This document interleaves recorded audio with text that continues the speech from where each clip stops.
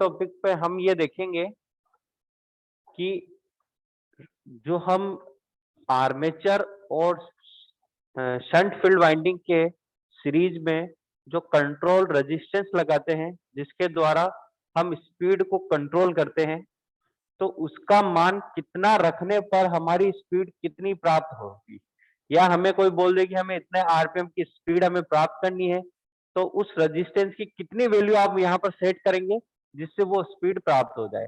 तो इस वैल्यू को कैलकुलेट करना आज हम इस मेथड के अंदर देखेंगे या इस टॉपिक के अंदर देखेंगे अपन।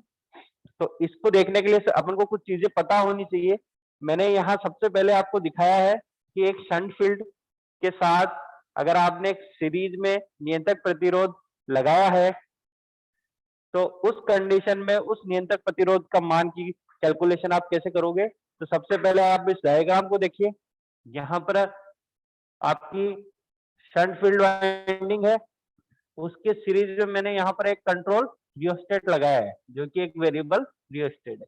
ये आपका आर्मेचर है और यहाँ आपकी सप्लाई है, ठीक है। तो अभी इसके अंदर जो EB1, इसमें कुछ पैरामीटर है जो मैं इसके अंदर यूज करूंगा इस कैलकुलेशन के अंदर, तो उसको हम समझ लेते हैं। सबसे पहले EB1 ये क्या है, यहाँ पर आपका बैक EMF है ना। अब यहाँ पर मेरे अलग अलग स्पीड होगी तो बैक EMF भी अलग अलग होगा, क्योंकि बैक EMF किसके समानुपाती होता है, आपके स्पीड के। तो स्पीड चेंज होगी। तो मान लेता हूं कि मेरी पहली कंडीशन ऐसी है कि मैंने ये रियोस्टेट लगाया ही नहीं, तो उस समय मेरी स्पीड कितनी थी। और सेकंड स्थिति मैंने ये मान ली कि मैंने रियोस्टेट लगा दिया, उसके बाद मेरी स्पीड N2 हो गई, तो उस समय जो बैक ईएमएफ होगा वो क्या हो जाएगा आपका EB2। तो इसी के अकॉर्डिंग मैंने माना प्रारंभिक अवस्था में मेरी स्पीड N1 यहां दर्शाई गई है आपको। N1 आपकी क्या है यहाँ पर, प्रारंभिक अवस्था में स्पीड, जबकि ये रियोस्टेट आपने नहीं लगाया। तो इस कंडीशन में जो बैक ईएमएफ उत्पन्न होगा वो क्या होगा आपका EB1। इसी प्रकार से अब मैंने इस रियोस्टेट को इस सर्किट के अंदर ऐड किया, तो उस समय स्पीड चेंज होगी, तो स्पीड N1 से चेंज होकर क्या हो गई आपकी N2 हो गई। तो इस कंडीशन में जो बैक ईएमएफ उत्पन्न होगा वो क्या हो जाएगा आपका EB2। N1 स्पीड जिस पे वो घूम रही है और N2 आपकी नई स्पीड या परिवर्तित स्पीड है जिसपे अब आप घुमाना चाहते हो। IF1 क्या है यहाँ पर, आपके N1 पर जो फील्ड करंट प्रवाहित हो रही है। अब देखिए जब आप ये रियोस्टेट नहीं जोड़ते हो तो फील्ड करंट कुछ और बहेगी, है ना। और जैसे ही इस रेजिस्टेंस को जोड़ोगे तो रेजिस्टेंस का मान बढ़ जाएगा, तो फील्ड करंट क्या होगी, घटेगी ना, है ना। तो यहाँ पर फील्ड करंट भी आपके इस रियोस्टेट को जोड़ने से चेंज होगी। तो इसलिए मैं यहाँ बोल रहा हूँ कि N1 जब मैंने ये रियोस्टेट नहीं जोड़ा तब जो फील्ड के अंदर बहने वाली धारा है वो क्या होगी आपकी IF1। इसी प्रकार से जब मैंने ये रियोस्टेट इसमें जोड़ दिया तो उस समय धारा चेंज हो जाएगी, तो उस समय धारा मेरी क्या हो गई आपकी, स्पीड भी चेंज होगी तो धारा भी चेंज होगी। तो स्पीड आपकी हो गई है N2 और उस कंडीशन में फील्ड में बहने वाली धारा क्या होगी आपकी F2।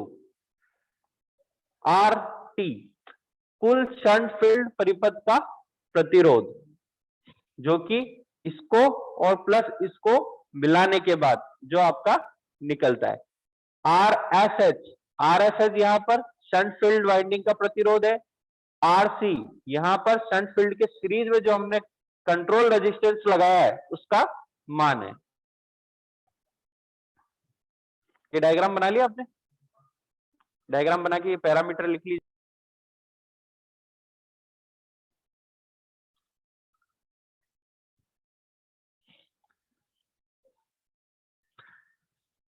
अब देखिए हम यहाँ पर आपके स्पीड का फॉर्मूला लिखते हैं।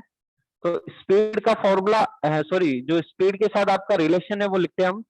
एन प्रोपोर्शनली क्या होता है आपके EB अपॉन 5। अगर यही मैं N1 की बात करूं यानी प्रारंभिक अवस्था की बात करूं तो N1 हो जाएगा, ये EB1 हो जाएगा और ये क्या हो जाएगा आपका 5 1 हो जाएगा, ठीक है।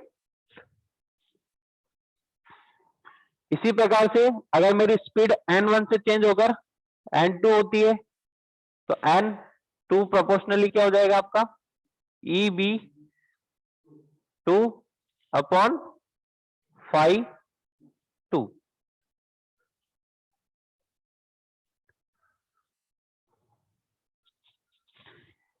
इन दोनों को मैं क्या कर रहा हूं यहां पर, ये समीकरण 1 है, ये समीकरण 2 है, इन दोनों को मैं आपस में भाग लगा रहा हूं। तो भाग लगाने के लिए ये भाग लगा दिया, ठीक है। भाग लगाएंगे तो यहां n1 बटेवा n2 प्रोपोर्शनली ऐसे कैसा आ जाएगा EB1 बटेवा EB2। अब देखिए फाई नीचे है तो फाई यहां से हल करूंगा तो ये किधर ट्रांसफर होगा, नीचे की साइड, और यहां पर फाई बटेवा में है और बटेवा एक मेरा यहां पर और है, तो ये कहां ट्रांसफर होगा आपका, ऊपर की ओर।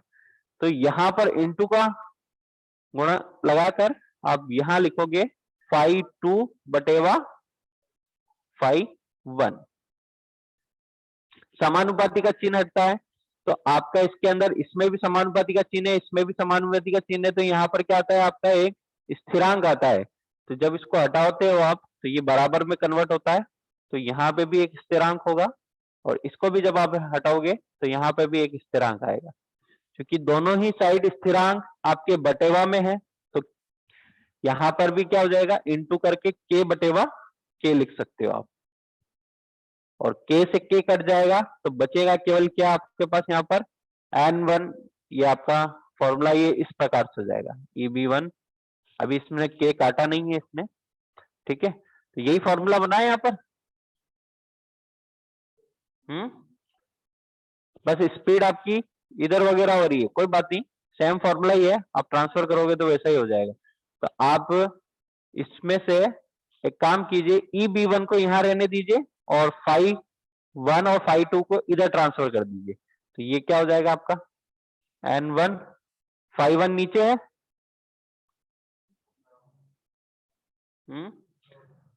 तो phi 1 इधर जाएगा, ऊपर ट्रांसफर होगा, और k इसी प्रकार से ये वाली इस समानुपाती बराबर के चिन्ह को हटा के जब ये इधर आएगी तो किधर जाएगी, नीचे की तरफ। तो यहां फॉर्मूला जो बनेगा आपका n2 phi 2 k किसके बराबर हो जाएगा, इधर EB1 और EB2 रह जाएगा। तो सेम बना आपका फॉर्मूला। तो इस स्टेप को लिख लो आप, तो आपको पता हो जाएगा कि ये कहां से आया है।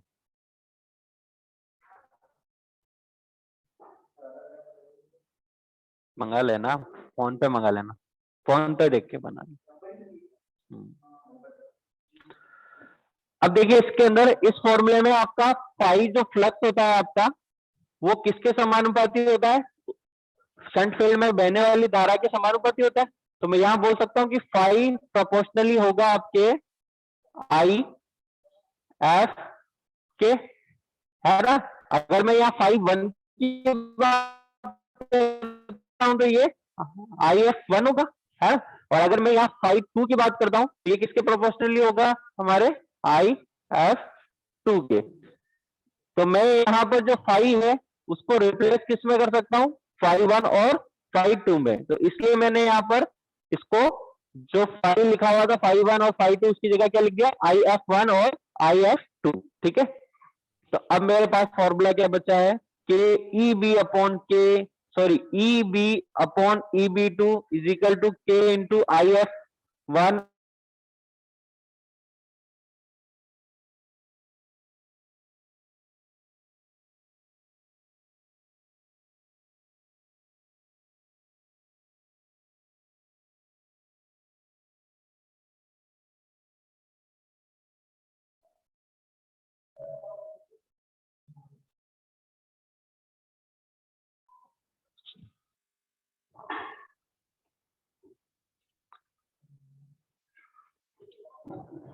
बटेवा के F2 इंटू N2, ठीक है। तो अब मुझे अगर इसमें स्पीड दूसरी वाली ज्ञात करनी है तो मैं यहाँ पर N2 को केवल यहाँ ऊपर यहाँ क्रॉस गुणा करके यहाँ रख दूंगा, बाकी जितनी भी वैल्यूज है उनको एक साइड में ले लूंगा। तो देखिए N2 को मैं जब इधर रखता हूं तो ये यहां से इधर आएगा ऊपर, और बाकी सारी वैल्यू इधर जाएगी, यानी EB1 ऊपर है तो इधर नीचे आएगा, EB2 इधर नीचे है तो इधर ऊपर आएगा। तो यहाँ N2 का फॉर्मूला क्या हो गया आपका, EB2 into IF1 into N1 बटेगा EB1 into IF2, ये फॉर्मूला हो गया आपका। तो यहां से आपके सेकंड स्पीड के साथ में जो रिलेशन निकल के आता है वो ये वाला निकल के आता है। इस रिलेशन से आप इस फॉर्मूले को याद कर लीजिए। इस फॉर्मूले से आप कोई सी भी स्पीड दी हुई है उस स्पीड पर आपको कितना धारा का मान होना चाहिए वो निकाल सकते हो। अब बात करते हैं आगे की इसके अंदर कि यहां धारा की वैल्यू मैं यहां से निकाल सकता हूं कि फील्ड करंट में, देखिए पहली फील्ड करंट की करंट तो मुझे पता है यहाँ के अंदर, है ना। और फील्ड करंट निकालने का फॉर्मूला भी अगर मैं बता दूं आपको कैसे निकालते हैं फील्ड करंट, IF1 कैसे निकालते हैं, IF1 इज इक्वल टू क्या होता है ओम के नियम से, V बटेवा R S H, यही होता है। जब मैंने रियोस्टेट नहीं जोड़ रखा है तब IF1 करंट प्रवाहित हो रही है, जब मैंने रियोस्टेट जोड़ दिया तब कौन सी धारा प्रवाहित होगी, IF2।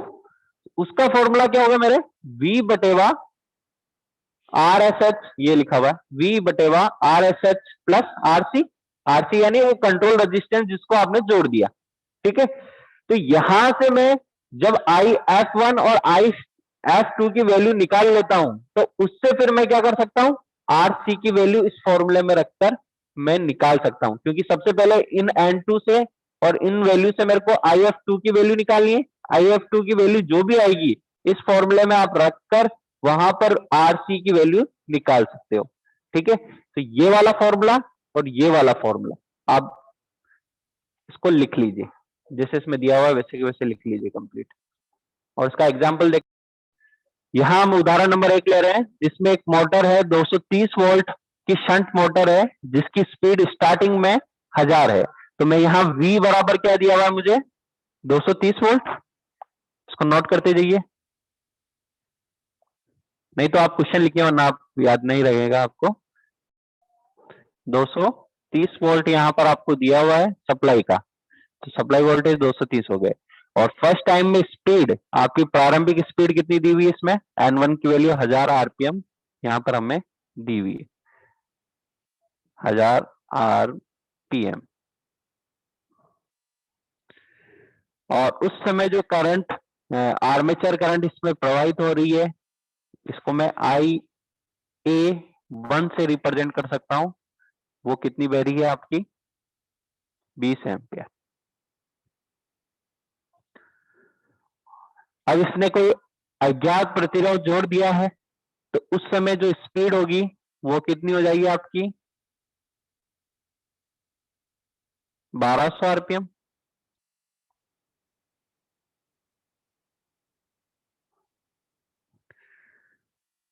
और आर्मेचर करंट जो होगी आपकी A2 वो कितनी हो गई आपकी, 30 एम्पियर।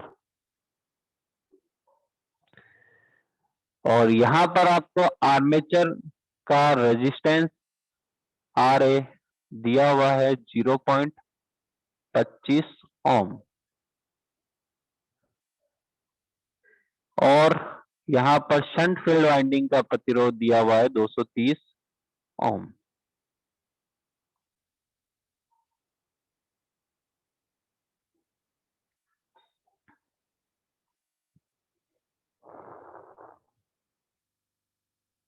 ठीक है, ये डेटा दिया हुआ है हमें यहां पर।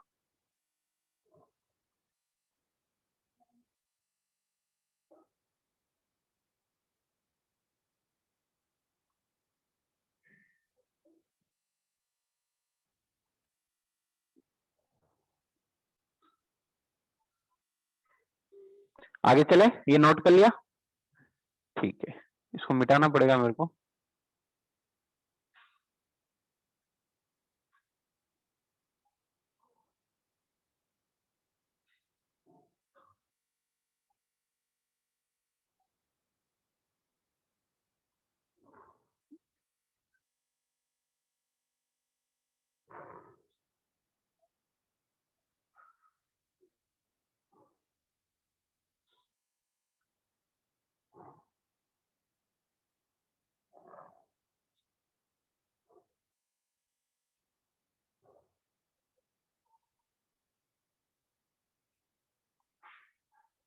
ठीक है, डेटा आपने जो जो लिखा है वो सारा अपने यहाँ ले लिया।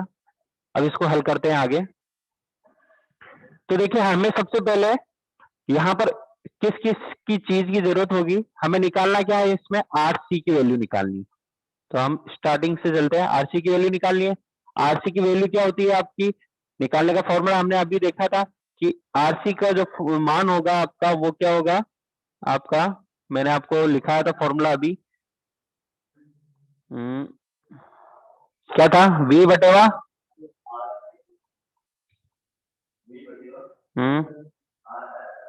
Are S H plus, okay, वो था आई फील्ड का। हाँ वो इसी से निकल के आया है, बता देता हूं कैसे निकल के आया।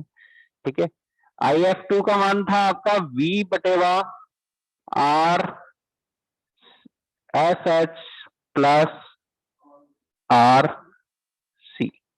ऐसा क्यों हुआ, क्योंकि हम डायग्राम जब देखते हैं ऐसे ही बनता है डायग्राम। यहां पर हमने एक वेरिएबल रेजिस्टेंस जोड़ दिया और यही डायग्राम आगे बढ़ाकर हम यहाँ आर्मेचर जोड़ते हैं।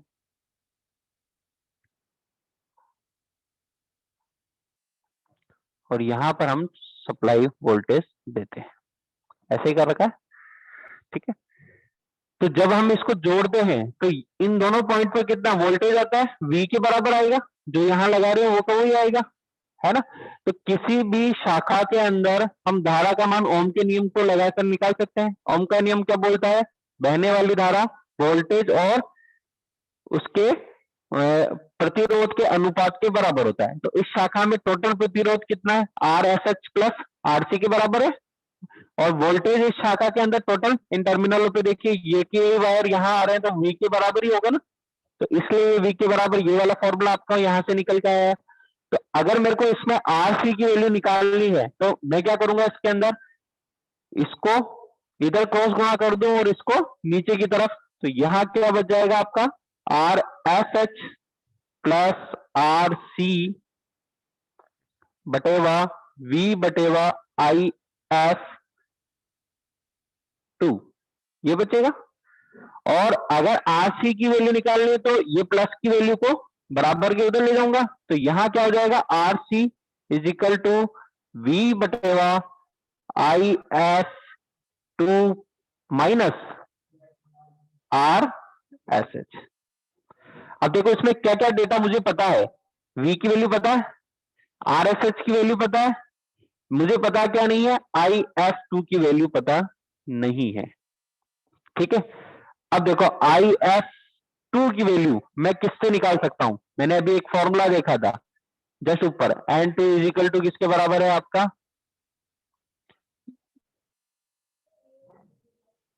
1, आगे बोलो, आई एफ वन एन 1 बटेवा E B two I F two, हाँ कोई बात नहीं, एन टू उधर लिख दिया। इससे मैं आई एफ टू की वैल्यू निकाल सकता हूं, हाँ जी निकाल सकता हूं आई एफ टू की वैल्यू। इसको मैं इधर ट्रांसफर कर दूं और बाकी सबको इधर नीचे ट्रांसफर कर दूं तो आई एफ की वैल्यू आ जाएगी, आई एफ टू क्या होगा आपका, E B 1 I F 1 N 1 बटेवा E two but into N two, ये रह जाएगा, है ना। अब देखो आई एफ की वैल्यू में इस फॉर्मूले से निकाल सकता हूं। अब इस फॉर्मूले में मुझे क्या क्या पता है, E1 पता है क्या, नहीं पता, आई एफ 1 ये भी नहीं पता, E2 अच्छा N1 पता है, N1 पता है, N2 EB2 E2 हाँ EB2 ये भी नहीं पता। तो अगर मैं ये बाकी के 3 पैरामीटर जान लूं तो आई एफ टू की वैल्यू निकाल सकता हूं। ठीक है, तो अब मेरे को EB1 और EB2 और IF1 की वैल्यू निकालनी है।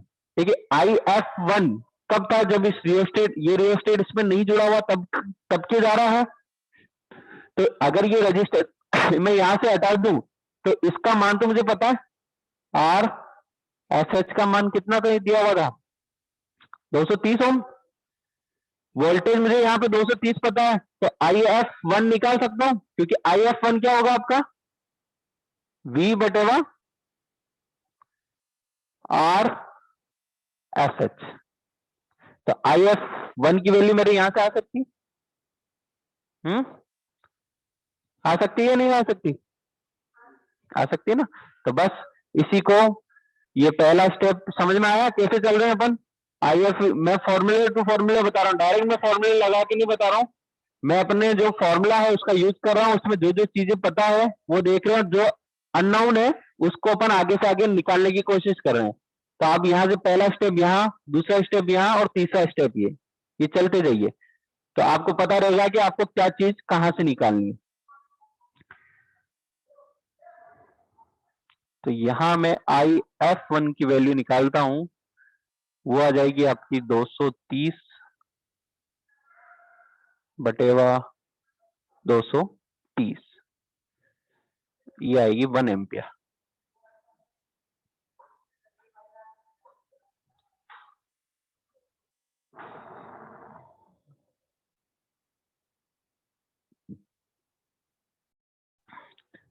और इससे अब मेरे यहां पर आई एफ वन की वैल्यू निकाली मैंने, तो आई एफ वन की वैल्यू मेरे क्या थी आपके V बटेवा आर एस एच के, तो ये निकली थी आपकी 1 एम्पियर। ओके, तो एक पैरामीटर मुझे पता पड़ गया, ये हो गया, ये मेरा पता है, ये मुझे पता है। अब निकालना EB1 और EB2। तो EB1 का फॉर्मूला मैं लिखता हूं यहां पर, EB1 इजिकल टू क्या होता है आपका V minus I A one into R A, यही होता है फॉर्मूला। V मुझे पता है, आई ए वन ये मुझे पता है क्या, आर्मेचर करंट जब ये N1 स्पीड से चल रही है पता है, और आर ए ये भी मुझे पता है। तो बस इसमें इसकी वैल्यू निकल रख के मैं निकाल सकता हूं 230 माइनस 20 इंटू 0.25, तो इसको हल करते हैं हम, तो ये आपका आएगा 50, यानी लगभग 5 के आसपास आना चाहिए मेरे हिसाब से, या हाँ 5 आएगा, 5 आएगा ना, इधर वाला गुणा करोगे तो इसको, तो 230 माइनस 5, 25 को इससे गुणा करोगे 50, ये 500 हो गया, दो दो के बाद पॉइंट है तो 5 बच जाएगा ओनली। ठीक है, तो यहां आंसर हो गया आपका इसका EB1 का मान कितना हो गया आपके लिए, EB1 के मान हो गया है आपका 225 वोल्ट। तो मुझे EB1 भी पता पड़ गया, तो ये वाला टास्क भी मेरा कंप्लीट है। अब नेक्स्ट है EB2 की बात करते हैं। तो EB2 इस कंडीशन में फॉर्मूला सेम टू सेम रहेगा, बस V minus I A two, V minus I A two into R A, क्योंकि आर्मेचर में तो कोई रेजिस्टेंस जोड़ ही नहीं रहा हूं, तो आर ए वो का वही रहेगा। तो इसका मान निकलेगा आपका 230 minus R I A two कितना है 30 एम्पियर इंटू 0.25, तो ये हो गया आपका 7.5। ठीक है, और 7.5 इससे 230 से काटोगे आपके, तो ये आएगा 220, हाँ 222.5 आपका आंसर आएगा, है ना। तो EB की वैल्यू आपकी, EB2 की वैल्यू अब कितनी हो गई आपकी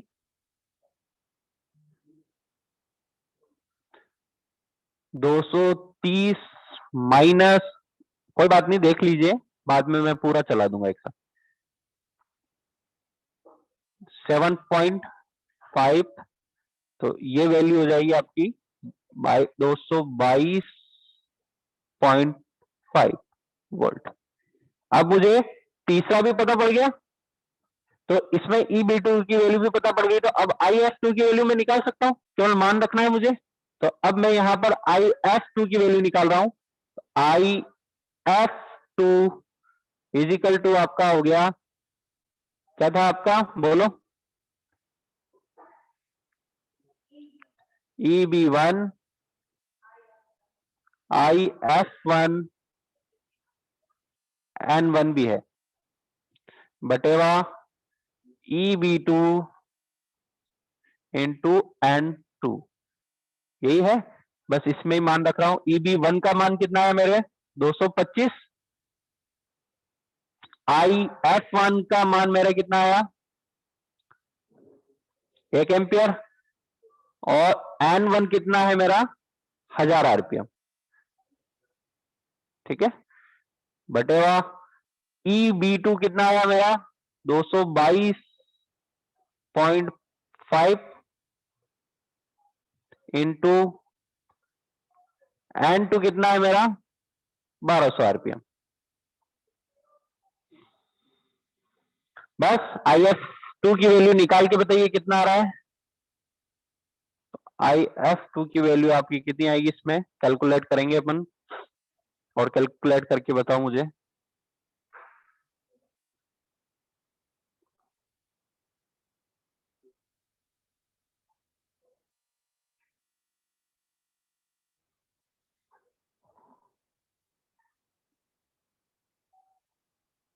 अब अपने मोबाइल में कर लीजिए, जल्दी आ जाएगा, इसमें टाइम लगेगा।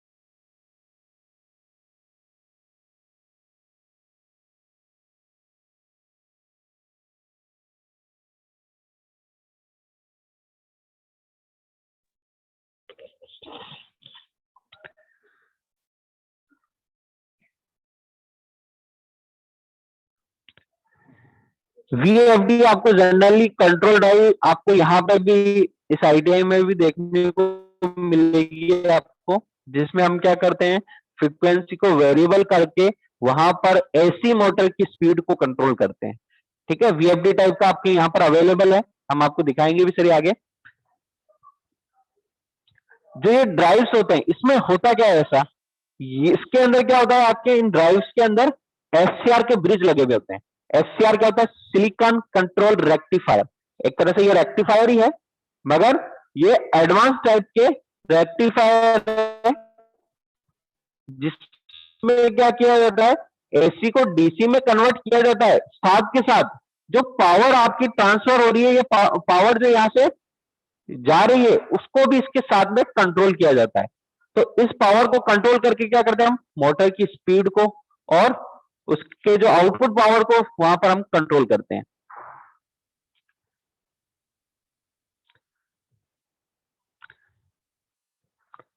ये इसके एडवांटेज दिए हुए हैं यहाँ पर।